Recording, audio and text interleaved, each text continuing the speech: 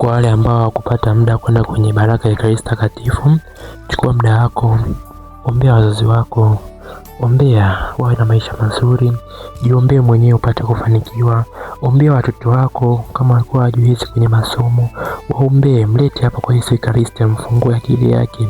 Kama ulikuwa na bibi yako anaumwa magonjwa mbalimbali, mlete hapa, Bwana Yesu amfungue, amponye na magonjwa yake, amsamaratishe. Kama babu alikuwa anaumwa, muombee apate uponyaji wa haraka. Kama mume wako alikuwa ni mlevi, mlete hapa kwa Yesu Ekaristi.